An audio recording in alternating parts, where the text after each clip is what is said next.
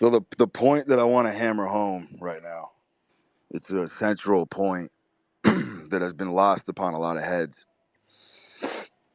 And I think this is going to create a lot of illumination to some of these sort of opaque concepts.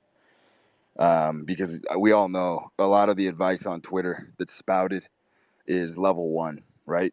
Very few people have been able to usher you beyond level one on Twitter. Level one health advice, level one fitness, level one game. Everything's fucking stuck on level one, right? Obviously, I'm one of the few accounts on here that has attempted, I've made an earnest attempt to take you way beyond fucking level one, because level one sucks. Life's not fun at level one. Life just begins at level one, right? You get your fitness in check, you get your fucking health in check, you get your finances in check. That's just when the game begins, right? There's no fun really in that process. And most people are just chugging along, just trundling along, capped at level one. They don't see anything beyond that. So let's go into a few things, okay? And this is all sort of related to the video that I just dropped. And the first thing I want you to understand is when it comes to health and it comes to aura, right? We talk about aura, which seems like this mysterious celestial thing that there's, it's a concept that gets disregarded because it's deemed as somewhat mystical. But we all do know aura is real, right? We know when a killer walks into a room, um, it's the physiognomy is a real thing. That's all related to aura. Like you judge a book by its cover is actually the best advice of all time, right? You should judge a book by its cover. Now, here's the thing. What happened in modernity, and this is like a huge pitfall. People are kneecapped because they've been liver punched, in the sense that people are under the impression, especially the youngsters, that if you eat your steak and eggs and you lift weights, that magically the totality of the human spirit is just going to kind of form and coagulate correctly. And that couldn't be further from the truth. You're missing a central part of the human experience in order to create that nexus point, which is the primal lifestyle, okay, is sold heavy on Twitter. Everyone wants to be fucking primal. Everyone wants to be tan. Everyone wants to be fucking jacked. Everyone wants to eat like a fucking predator, right? Everyone wants to die biting the throat. But there's a few massive flaws in the story. And I'm going to fill those with cement for you right now so we can be on the same page, okay? The first one is you have to understand that there's a genuine need for pressure in order for the human organism to respond appropriately, right? Some of you will know about hormesis, which is the concept that if you ingest small doses of poison, your body has an upregulated response, and in turn, it actually creates a beneficial health effect, right? We talk about low dose nicotine. A lot of poisons, if ingested in the correct dose, have a hormetic effect, okay?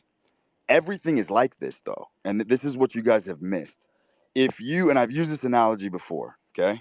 If you think that intermittent fucking fasting is making you a fucking super predator, you're dead wrong, my friend. You're dead fucking wrong. That these ancient men that you're trying to emulate, they had a genuine fucking hunger when they were fasting.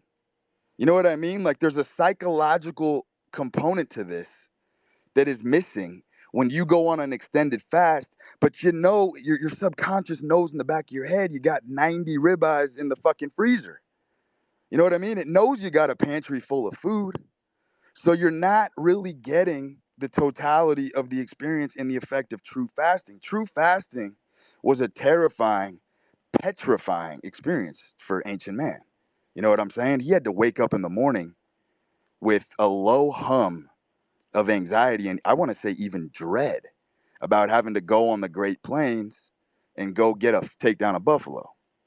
You know what I'm saying? So the anxiety, that cocktail, that admixture of all those different emotions and the worry and the anxiety, that actually had the hormetic effect of health, right? There's vitality in that. There's life force in that because it was a genuine need. So your little intermittent fasting gimmick ain't doing jack shit because your subconscious knows you're well fed. You got money in the bank. You got a fucking wallet, wads of cash in your fucking wallet. Your fasting shit, you're not getting the full effect. You might be getting the 30% of the effect, right? Now we can extrapolate this everywhere. Let's extrapolate this to business. How the fuck are you a primal man when you got to put on a clown suit every day? You got to put a clown suit on every day and fucking put on clown shoes, oversized clown shoes, wear a name tag, and show up to a job that you hate. So a boss can barf orders down your fucking neck all day. Do you think that's a primal man? Do you think that biological organism is genuinely gonna have the vitalistic response that it's in search of? The answer is fuck no. The answer is fuck no. Because the primal lifestyle, which it has obviously been repackaged and sold in modernity, it actually is the correct way to live. It is. It's the fundamentals of it are tried and true, and they've been moored and tested through the sands of time, and they've survived, right? Because these primal principles 100% are true. But you're fucking dancing around in a fucking clown suit all day, business wise. You know what I mean? You're chintzy, you're stingy, you're fucking worrying about prices, you're looking at price tags, you're afraid to take a risk, you're afraid to take a shot, you're afraid to fucking be a machine gun artist and paint the town with fucking shots and ammunition. That's a massive fucking mistake because look, if you're fasting, sunning, lifting, doing all that, great, you got the foundation. But primal man, understand this, was in absolute terror every day of gathering and collecting resources. You know what I'm saying? So here's my point. My point is this, look, and I'm a fucking sterling example of what I'm telling you, right? By all accounts, I have one of the most stressful lifestyles of any motherfucker I have ever met. I have been in fight or flight mode for 2 decades straight. It feels like I've never stopped running. You know what I'm saying? I've been running away from myself for 20 motherfucking years. And by the way, all men who are on the steppe of greatness run away from themselves. That's why therapy is bullshit. That's why these modern clinical medical diagnoses are bullshit because the ancient men that we all fucking aspire to be through their virtues and through the written works that they left behind, none of them paused the game. None of them blew the whistle on the game. All of those motherfuckers outran their mistakes. You know what I mean? It's a fucking foot race. You're in a dead sprint with fucking your hooves thundering and clapping on the fucking dirt, and you're basically outrunning yourself. Great men outrun their past. You are always, as a man, you are always running away from something. And I will tell you this, the things that you run away from the most, or the things that you run away furthest from, are the things you crave the most. That's another little fucking tidbit of parochial wisdom that'll fucking haunt you to the grave. You know what I'm saying? Any man who's running away from home constantly, deep down in his heart, that's where he wants to be. But men are sojourners. We're sojourners. We're hardwired for this shit. So the business component, the risk-taking component, because I don't give a fuck what sector you're in. Every male, and you know, Odysseus is a fucking exemplar of this. Go read the fucking Odyssey. Odysseus is that archetypal man, the gambler, the inventor, the industrialist. That's the guy. That's the guy that we're all in search for. That is literally at the crest and the mantle of the masculine imperative. Everybody wants to be fucking Odysseus. That motherfucker had balls of fucking titanium. He had genetically engineered cantaloupes for nuts. Everybody wants that shit. Okay? So if you're truly in search of the primal lifestyle, and I'll circle back here, let's do a 180. Look at my life. Okay, I'm a high stakes gambler. Been doing this shit 20 years. I've torched more money than most of you will ever make in your entire lifetime, probably combined with dual income and your kids. That's how much money I have amassed and torched on my path to perfect the art of figuring out how to beat the books. Okay, I've done it. Lifetime, I'm easily down over 60 million. 6D, 60 lifetime. Okay, that's gambling since I was like 17. Offshore books and shit. Okay. By all accounts, by any mainstream account, I should be the most leather faced, withered flower in the deck. But let's talk objectively here. Go look at my fucking video. Do I look like someone who's falling apart? Nah, I just turned 36 a couple days ago. Look healthy as fuck. Skin is fucking shiny. Skin is fucking golden. I'm 36 years old, and I haven't even hit my fucking prime yet. But I'm under more pressure than you could even fathom before 5 a.m. Before your coffee beans are done and roasted, I've had to put out 12 or 15 fires before you even roll out of bed. And that's my daily life 24 fucking 7, because things are always going wrong when you're taking risks. You know what I'm saying? They say the road to hell is paved with good intentions. That's a fucking fact.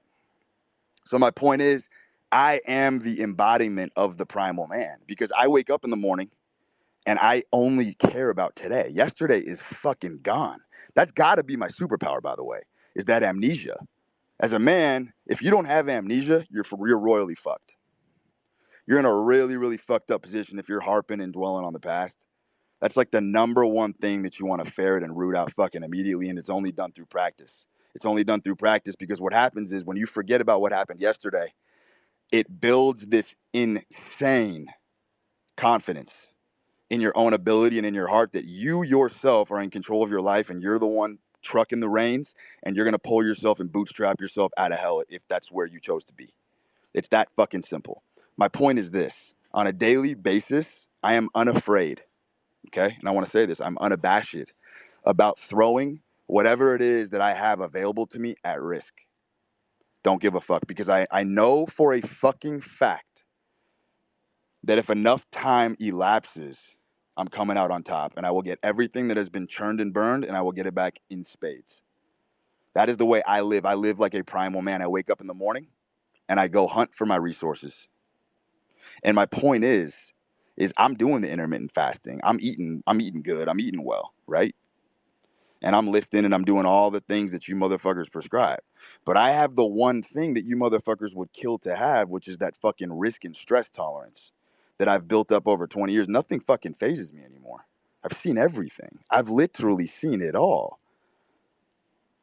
I've seen the most grotesque, gruesome events that you could possibly fucking fathom.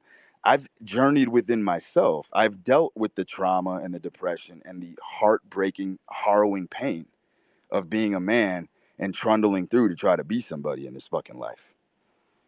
And it ain't easy. Life ain't easy. I don't give a fuck what your genetic code is. I don't give a fuck if you're born with a fucking 30-yard head start amongst your peers. That doesn't mean anything. That doesn't mean anything. The motherfuckers who peaked in high school, those dudes are fucking roasted, by the way. Look at anybody that you knew who was a stud in high school. They're a fucking shell of themselves now. Peak too early. You don't ever want to peak too early as a man. That's for women. Women are supposed to peak early. You know what I mean? They're supposed to peak early and get their cake and eat it too. But that's not how it works for men whatsoever. So my point is, I've been under absolute bone crushing stress. Like when I squat 300 pounds, believe it or not, it feels like 450 just because of the emotional lacerations that I've fucking withstood. You know what I mean? Like imagine pouring your heart and soul into something. You know, I'm in the gambling realm. It doesn't matter how good I am. It doesn't matter how good my squad is. Variance happens. Things go awry. You know, the train does go off the rails sometimes. And investing a decade into something and knowing that it could all be taken away from me is a very, very daunting mountain to climb. But it's also in my nature. The game was never supposed to be easy. I don't believe that. Humans are excellent problem solvers. But that's an entirely different game. If you're a man and you've solved all of your problems, you know what happens? You start stressing about not stressing. Like I've seen people tell me to my face that they have a huge quagmire that they need to work through. And then they'll come back to me a month later and be like, yo, I solved the problem. And they're miserable. They're more miserable than they were when they had the problem. And I'm like, what's going on here? Well, I figured out that motherfuckers, when they don't have enough stress, they start stressing about not stressing, start worrying about not worrying, start stressing about having nothing to stress about. And that's the kind of stress that makes you age like spilled milk, by the way. And it's not even about the aging. It's not even about the aesthetics. That wasn't my fucking point. My point is my vitality and my life force is restored. You know what I mean? I'm still trucking. I'm putting up numbers in the gym for a natural athlete at 36 that should not be physically possible with the shit that I've experienced, with the subjugation and the hell that I've put my body through. I have a lot of fucking miles on this body. My bones, my tendons, I've crushed them. I've put myself under heavy load and strain every day of my life. Every fucking day of my life, just to access and hold on to that portion of the human spirit that I'm telling you about when the chips are down, that's going to get you through. That's going to get you through. That's why I don't like working with squares. That's why I don't like working with people who are gun shy. It's why I don't like working with people who are 1 foot in, 1 foot out, tepid, half-hearted. That's fucking bullshit. That's fucking bullshit. And that was my whole marketing angle on the heroic mission. You motherfuckers, it went right over your head. You didn't understand the heroic mission is heroic simply because it's about the fucking journey.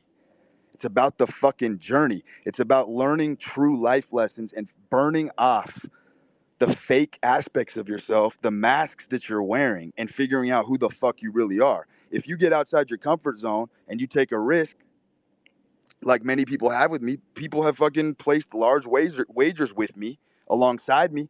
These motherfuckers took a daring leap of faith to better understand themselves and better understand life, because I'm holding their hand the entire motherfucking time. You know what I'm saying? We get into a tough spot emotionally. Who do you think's on the phone consoling people? Me, because I have the life experience. I've been here before. You know what I mean? I've been doing this every fucking day since some of you guys were in diapers. You know, with that fucking commercial, I'm a big kid now. I've been doing this shit for a long motherfucking time. So yet again, the grizzled veteran experience prevails, but it's because the biggest piece to my health puzzle in myself, that vitality and that life force. It's why I'm such a fucking it's why I'm so antagonistic towards supplements and steroids and TRT and crutches like that, because I know the human will. I know how powerful it is once you tap into your own spirit and you become obsessed with solving a problem. I know there's nothing you can inject that can compete with that. Not even fucking close. I mean, I cannot sleep in. I wake up in the morning and I am spry. I'm fucking bipedal. I'm on my fucking feet quickly. I'm ready to rock and fucking roll. And it doesn't matter how much sleep I'm on, because I love life. I have an absolute passion for the game of life. I love this shit. I love the game. That's why I wake up and fucking play every day. And I think a lot of you motherfuckers are missing out on that vital piece of the puzzle. You know what I'm saying? Like, you're sheltering yourself from risk. You know what's crazy? ADHD motherfuckers, want to shelter themselves away from risk. They use risk to shelter themselves away from being safe. You know what I mean? They'll fucking upturn every motherfucking stone to look for a war chest and look for treasure underneath. There's no stone that's not going to be unturned to a motherfucker with ADHD. That's where the superpower is, because ADHD, the only way to cure that motherfucker is risk. You know what I mean? You got to constantly have your planes in the army flying.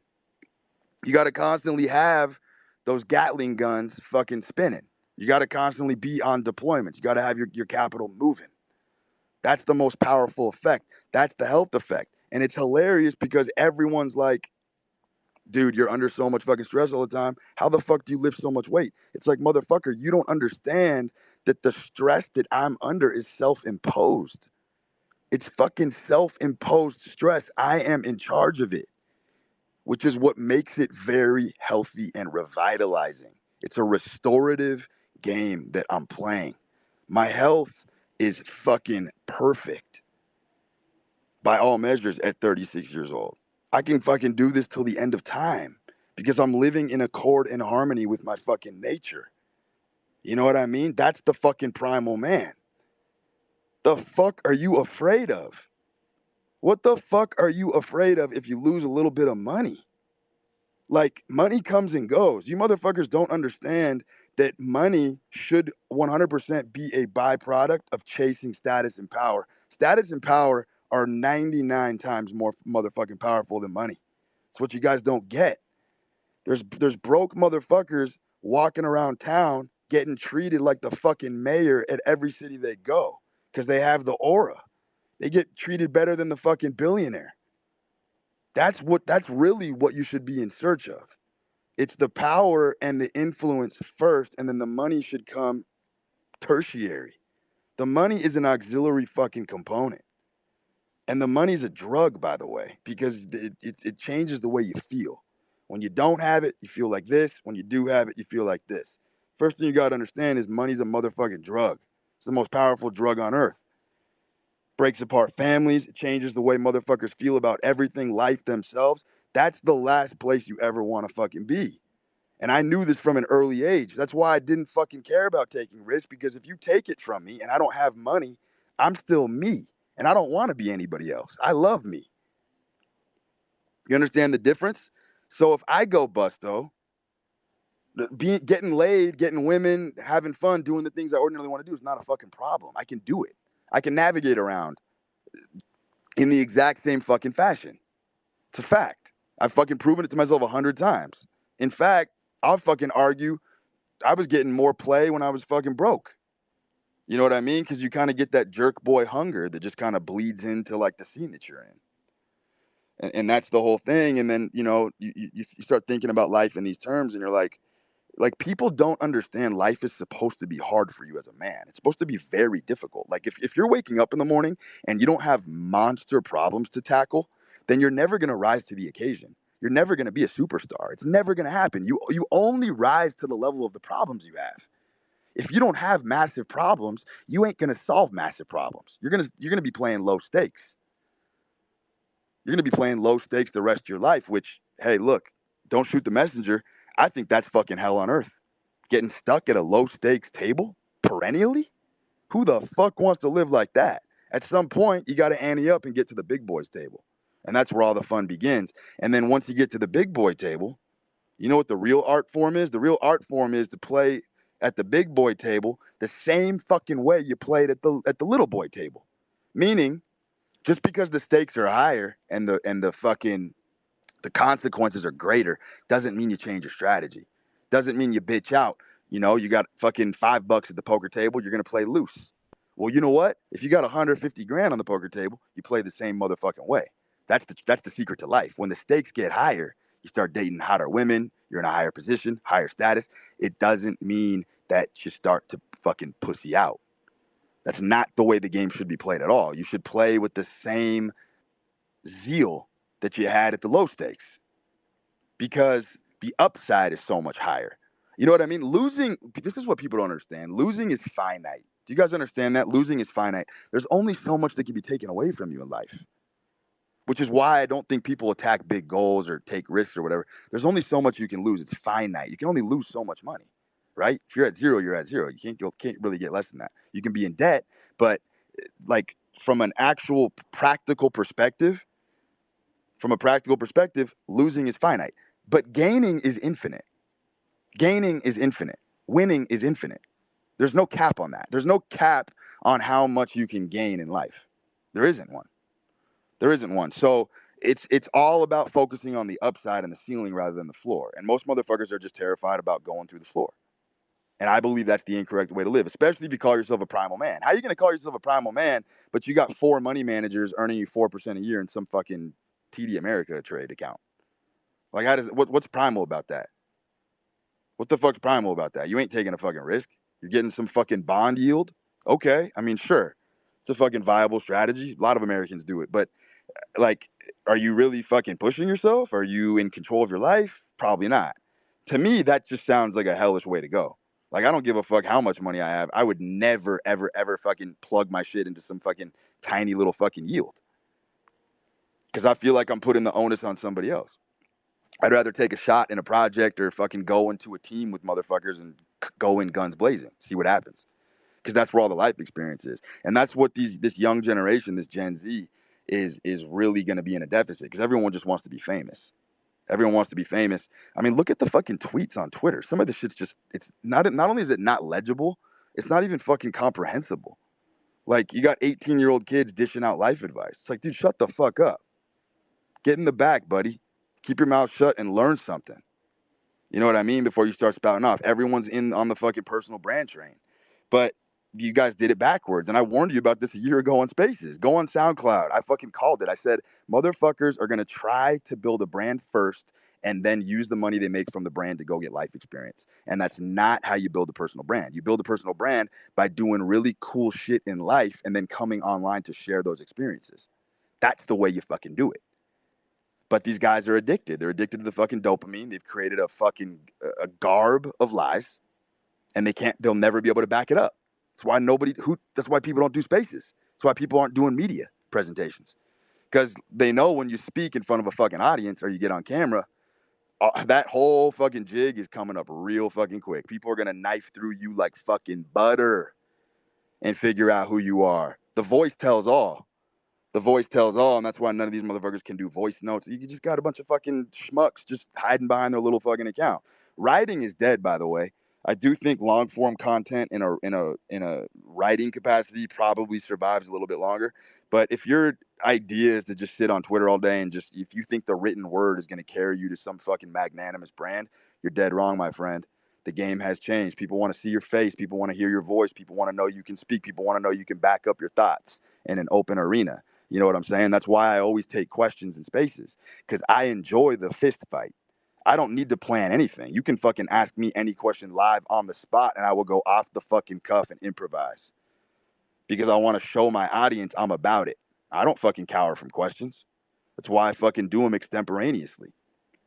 These are fucking skill sets that are going to massively pulverize and pummel the younger generation if they don't fucking step to it and start getting this shit down pat. The other thing at the end of my video that I wanted to address, which I thought was a very powerful concept, is the need for revenge. We live in 2023, fellas. 2023. And look, you have to understand that a lot of these emotions or experiences that we revere from history, some of those principles have changed because the landscape has changed. You know what I mean? Look, if you lived in the fucking 1700s and you had a brick house in the middle of the fucking countryside, right? Let's say you fucking rusticated and you lived in the fucking countryside and you had a little chicken coop and a fucking stable of horses. Well, I got news for you. If your house burned down or a fucking burglar came and fucking stole the chickens out of your chicken coop or your horses were unleashed and they ran away, you were pretty much dead to rights, my friend. You were pretty much a fucking sitting duck because time fucking 300-400 years ago was very slow, right? Let's have a conversation about time. Let's just catch up to speed on this. No pun intended. Time, let's understand how time works. Time is rapidly speeding up. That's a fact. Time is dilating. I'll tell you why. If you look at history, okay, the sensation of time as we experience it as humans is based upon the simultaneous coagulation of events that are occurring at once. If not a lot of world events are happening at once, the sensation of time feels slow. But because we live in 2023 and there's a multitude of events that are occurring all over the world, the population is much bigger. Events are happening. Any event, a micro event, a macro event, doesn't fucking matter. Events are happening. Molecules are moving rapidly. So the sensation of time as we know it now, time is going faster. That's a fucking fact because more events are happening, right? More money's being moved. More people are speaking. More whispers are echoing through the fucking hallways. More content is being driven. Therefore, time is actually rapidly going faster, okay? Here's where I'm going with this. The motherfucker who gets his chicken coop raided and gets his fucking brick house burned down, maybe he was bequeathed that over fucking generations. He's toast. He's toast. So the perpetrator of that act, 100%, go for his fucking neck because your life's pretty much over. Motherfuckers, we live in 2023.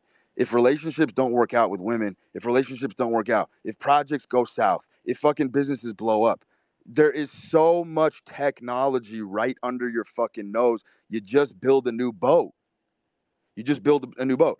Look, in my book, I share a ton of backstory. I've had outrageous deals go south. I've been fucked on tons of deals in my life. Even when I was fucking 21 years old, my motto was always keep it motherfucking moving. Just keep it moving. I'm not wasting my time. There's so much to experience. There's so much opportunity. I'm betting on myself. I'll just build a new fucking project. I'll go find a new friend. I'll go find a new bitch. Doesn't matter. That's the fucking correct way to handle it. Especially we're in 2023, fellas. Look at you have a fucking phone. You have a business in your pocket. You know what I mean? A pop-up shop in your fucking pocket in the form of an iPhone. You can start anything now. Now. You got tablets, iPhones. Everything is so fucking interconnected. It's so easy when things aren't working out just to pivot and go in a fucking different direction. Go build a new ship, motherfucker. The fuck are you worried about? But it's an inversion. It's an inversion. You know, like, for example, you know, talking about even like petty forms of revenge. If someone blocks me on Twitter, the last thing I'm ever doing is getting an alt or opening up some fucking sneaky little tab to go spy on them. I don't give a fuck if someone blocks me on Twitter. But you have these inverted males now who act like females. When you block them, they become obsessed with you and they start fucking creating all these alt accounts and shit, commenting, spying on you at all times. Like a bitch, literally like a bitch would do. You have to understand, stalking, like the concept of stalking was always a feminine thing. Because women go crazy when a man they love leaves them. That was misappropriated. Like men, that whole craze in the 70s, 80s and shit of like male stalkers, that was a complete anomaly. That was never supposed to happen. You know what I mean? Like that was a fracture in the zeitgeist.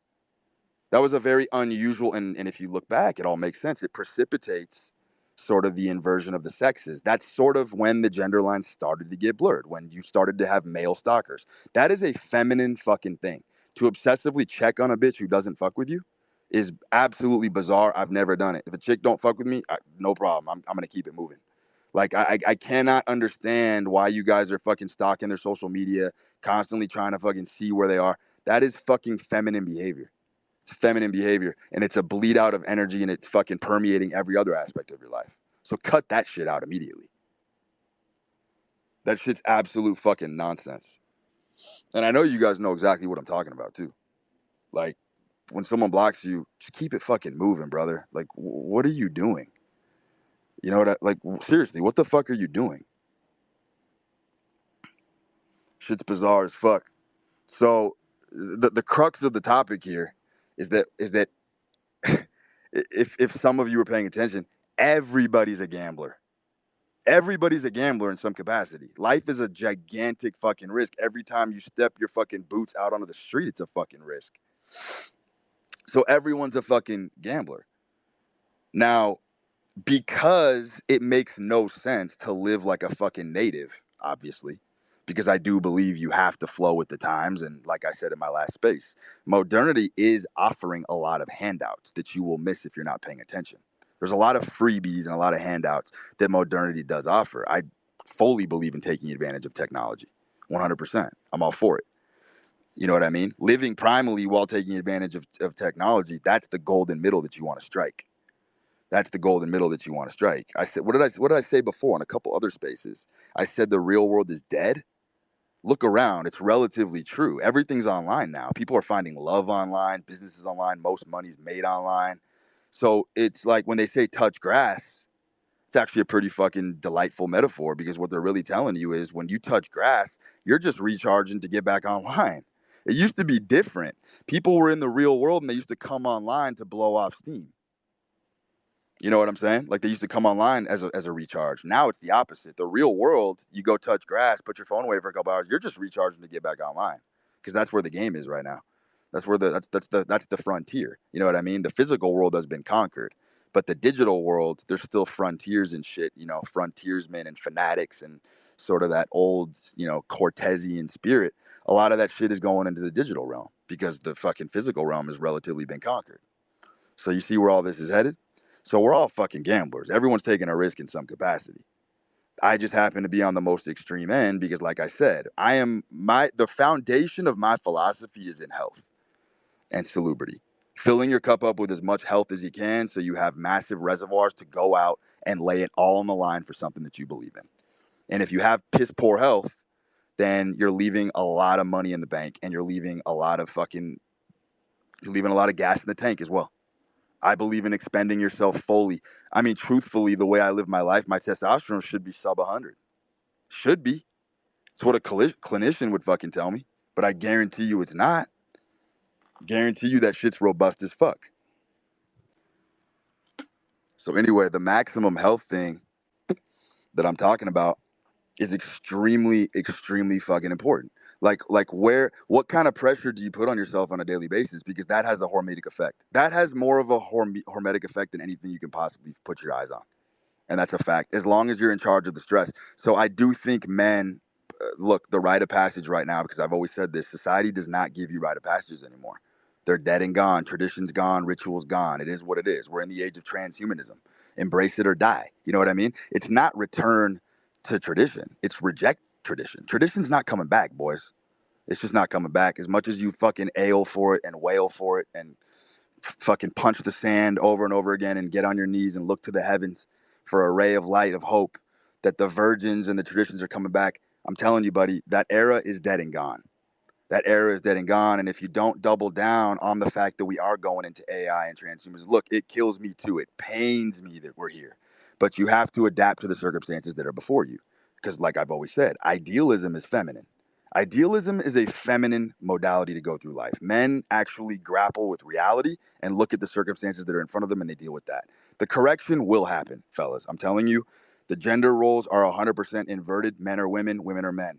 That will spawn a new, brand new, endearing, charming, extremely mighty and powerful sect of men who will come in with a mighty iron fist, maybe wrapped in a velvet glove, but that fist will come thundering down upon the mess that has been created, and the order will be restored.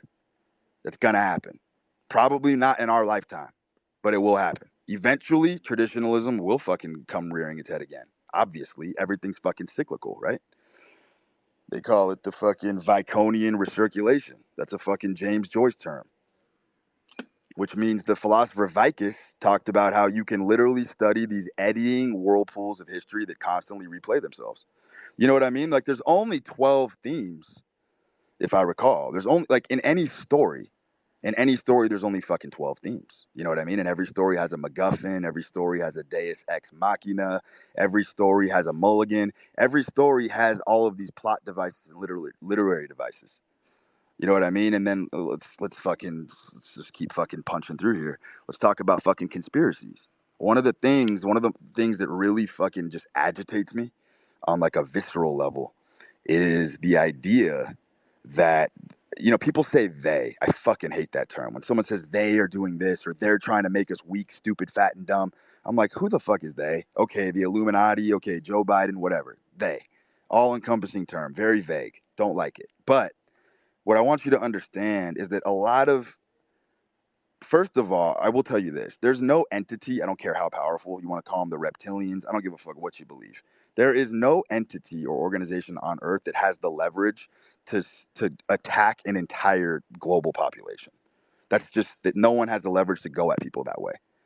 A lot of the conspiracies, a lot of the shit that you see going on is a simple product of economic pressure.